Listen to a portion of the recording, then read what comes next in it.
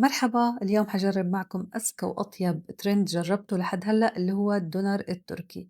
جهزت لحمة مفرومة وحطيت عليها البهارات، وكمان بصل مفروم تركته بميته، وحطيت لبن، وكمان توم مهروس، وفوقهم بقية التوابل، وحركت كتير منيح لتتجانس كل المكونات مع بعض. وبعدين جهزت ورقة زبدة وحطيت جزء من اللحمة عليها وبديت أفردها بإيدي، وبعدين حطيت ورقة زبدة تانية فوق اللحمة عشان أقدر أفردها أكتر وتكون رقيقة وتنفرد على بقية الورقة بالشوبك. وشلت بعد ما فردتها شلت ورقة الزبدة اللي فوق اللحمة شوي شوي عشان ما اللحمة ما تلزق فيها أكتر، وطويت ورق الزبدة على اللحمة.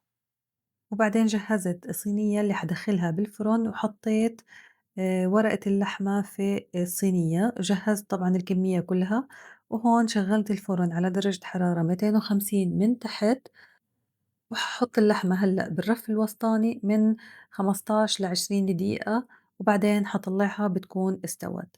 هون في فترة ما تستوي اللحمة جهّزت الصوص الأحمر اللي حدهنه على السندويشة، حطيت زبدة على النار بالمقلى وصلصة وكمان توابل، وحرّكت كتير منيح.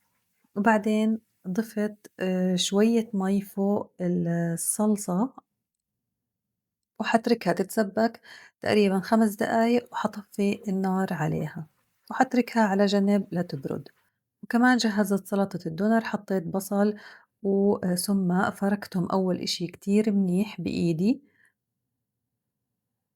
بعدين حطيت البقدونس المفروم وشرايح البندورة وكمان عصرة ليمون وشوية ملح وفلفل أسود. وحرّكتهم وهيك بتكون صارت جاهزة سلطة الدونر، تركتها على جنب.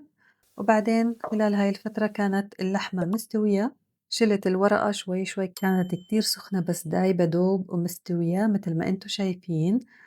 وبديت هلأ أقطّعها شرايح، فيكم تقطعوها بالحجم اللي انتو بدكم إياه.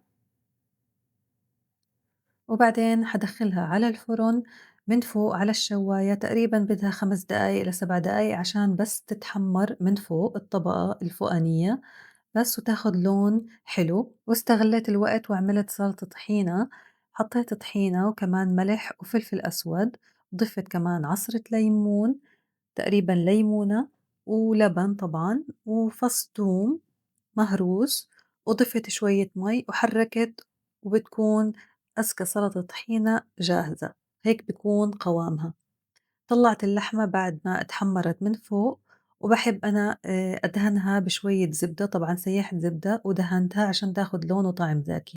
وجهزت خبز التورتيلا دهنته بالصلصة الحمرا، وبعدين حطيت السلطة وفوقهم شرايح اللحمة وأكيد المخلل اللي ما نستغني عنه، وكمان صوص الطحينة. وسكرت الخبزة وحطيتها على جريل عشان تتحمص، ودهنتها طبعا بالصلصة الحمرا حتعطيها لون وقرمشة كتير زاكية. وطبعًا هون السندويشات كانت جاهزة، عملت بخبز التورتيلا وخبز البيتزا متل ما أنتم شايفين. قطّعت معكم خبز التورتيلا، شوفوا ما أحلاها هالسندويشة وطعمها روعة عن جد روعة كأنكم جايبينها من برّا. لازم تجربوها هالوصفة وبانصحكم فيها جدًا.